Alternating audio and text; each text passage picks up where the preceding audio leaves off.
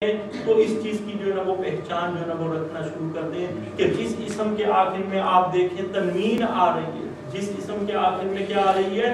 تنوین آ رہی ہے، وہ سب کے سب کیا ہے؟ اسم۔ وہ سب کے سب کیا ہے؟ اسم ہے۔ یہ دیکھیں مسجد یا مسجدن یا مسجدن یا مسجدن، تو جس اسم کے آخر میں آپ دیکھیں، جس لفظ کے آخر میں آپ دیکھیں کہ دو پیش ہے یا دو زیر ہے یا دو زبر ہے، وہ سب کے سب کیا ہے؟ اسم۔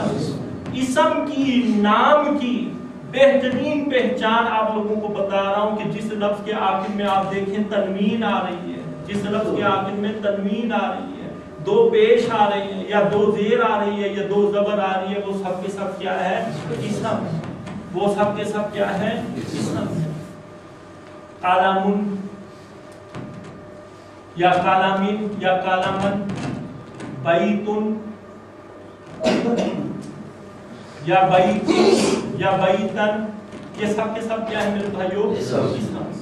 تو میرے بھائیوں، میں نے جو بات کہی کہ قرآن کے وہ تمام الفاظ جس کے آخر میں تنوین آ جائے، دو زیر آ جائے، دو زبر آ جائے، دو پیش آ جائے، ان سب کو کیا کہیں گے؟ تنوین، اسم کہیں گے۔ ان سب کو کیا کہیں گے؟ اسم کہیں گے۔ اب اسم میں دوسری اہم بات آپ لوگوں کو بتانے لگا کہ اگر اسم کو عام سے خاص کرنا ہو، اگر اسم کو کیا کرنا ہو؟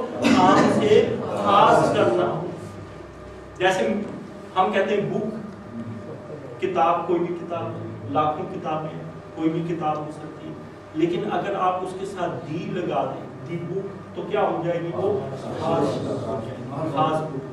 سمجھ آئے گی بات؟ معرفت تو میں استعمال ہی نہیں کرتا، نہ نکرہ استعمال کرتا ہوں، نہ معرفت۔ سمجھ آئے گی بات؟ اور اگر میں مشکل ٹرمینالوجی استعمال کروں گا تو میرے بھائیوں کل جو ہے آدھی کلاس ٹھیک ہے نا، پرسوں جو ہے آپ اور میں ہوگی۔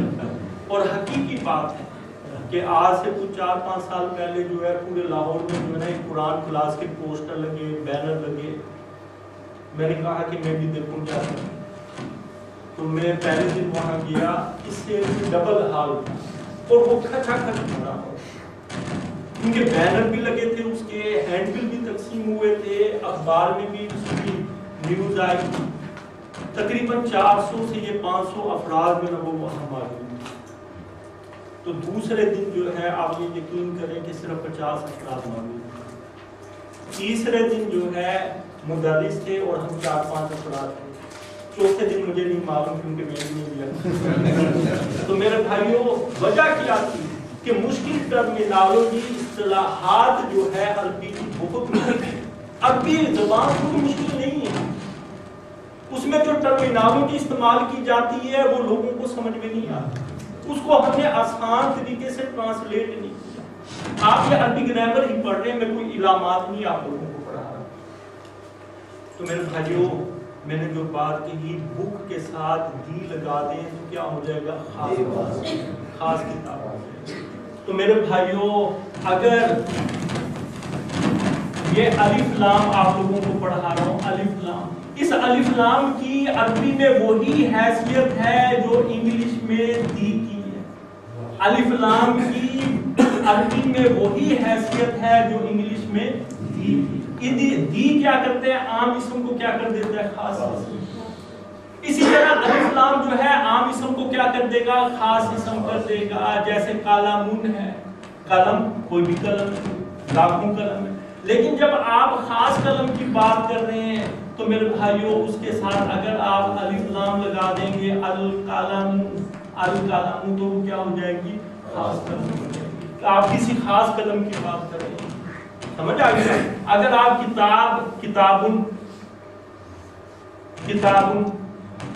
ہزاروں کتابیں، لاکھوں کتابیں، لیکن اگر آپ خاص کتاب کی بات کر رہے ہیں، مثلا الکتاب، قرآن کی بات کر رہے ہیں، تو وہ الف لام لگا دیں گے، اس کے ساتھ الکتاب ہو جائے گا، خاص کتاب۔ اسی طرح مسجدوں نے لاکھوں مسجدیں، لاکھوں مسجدیں، لیکن آپ خاص مسجد کی بات کر رہے ہیں تو المسجد، المسجد، خاص مسجد۔ تو میرے بھائیوں الف لام بھی اسم کی پہچان ہے. الف لام کی کس کی پہچان ہے؟ اسم کی. تو اسم کی کتنی پہچانیں ہو گئی؟ 2 پہچان ہو گئی. یا تو اسم کے آخر میں کیا ہوگی؟ تنوین. 2 پیش 2 زیر 2 زبر. 2 پیش 2 زیر 2 زبر کس کی پہچان ہے میرے بھائیوں؟ 2 پیش 2 زیر 2 زبر کس کی پہچان ہے؟ اسم. تنوین کس کی پہچان ہے؟ اسم کی. اور اگر اسم کو عام سے خاص کرنا ہو اس کے شروع میں کیا لگا دیں گے؟ اس کے شروع میں کیا لگا دیں گے؟ الف لام. تو الف لام بھی کس کی پہچان ہے؟ وہ خاص اسم لیکن ہے اسم. سمجھ آ گیا؟ تو میرے بھائیوں جس لفظ کے آخر میں آپ تنوین دیکھیں وہ بھی اسم ہے, اور جس اسم کے شروع میں, جس لفظ کے شروع میں الف لام دیکھیں وہ بھی کیا ہے میرے بھائیوں؟ اسم ہے. وہ بھی اسم ہے لیکن خاص اسم ہے. اور میرے بھائیوں اب پھر اسم کی بہت ہی اہم چیز آپ لوگوں کو پڑھا جس کے اوپر جو ہے وہ اسم کی بنیادیں کھڑی ہوتی ہیں, لیکن بہت ہی آسان طریقے سے پڑھا. میرے بھائیوں میں نے آپ لوگوں کو پہلے بھی بات کی کہ میں آپ کو گرامر کا نچوڑ دے گا. آپ لوگوں کو ان کتابوں کو پڑھنے کی ضرورت نہیں پڑے گی, لیکن میں پھر بھی یہ دعوے سے کہتا ہوں کہ اس کورس کے بعد آپ عربی گرامر کی جو بھی کتاب پڑھیں گے انشاءاللہ تعالیٰ وہ آپ لوگوں کے لیے آسان ہوگا. اور سب سے بڑھ کر بات یہ ہے کہ آپ کے لیے قرآن کو سمجھنا آسان ہو جائے گا. میرے بھائیوں مصر سے جو تحریک چل رہی ہے انشاءاللہ تعالیٰ مجھے امید ہے کہ یہ تمام عالم اسلام تک پھیلے گی. اس تحریک کا مرکز اور محور قرآن تھا, قرآن ہے. قرآن کے ذریعے سے ہی تبدیلی آئے گی, کسی اور ذریعے سے تبدیلی نہیں آ سکتی. اگر کتاب کو, الکتاب کو, القرآن کو ایک طرف رکھ کر کوئی یہ سمجھتا ہے کہ دنیا میں تبدیلی آ جائے گی, حقیقی تبدیلی آ جائے گی, انبیاء علیہ السلام والی تبدیلی آ جائے گی, تو وہ میرے بھائی بہت بڑا نادان. قرآن کا مقصد ہی فوت ہو جائے, قرآن کے بغیر تبدیلی نہیں آ سکتی.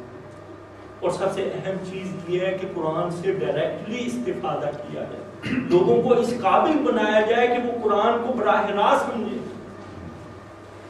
جس طرح بچے کتاب کو, اردو کتاب کو صحیح طور پر پڑھتے ہیں, اگر وہ وقت آ جائے کہ بچے جو ہے بغیر ترجمے کے, اور یہ بہت ہی آسان ہے, کوئی مشکل نہیں, قرآن کو سمجھنے لگ جائیں, پھر میرے بھائی انشاءاللہ جو ہے وہ تبدیلی آئے گی. کیوں کہ یہ قرآن اللہ تعالیٰ نے انسان کے قلب پر اتارا.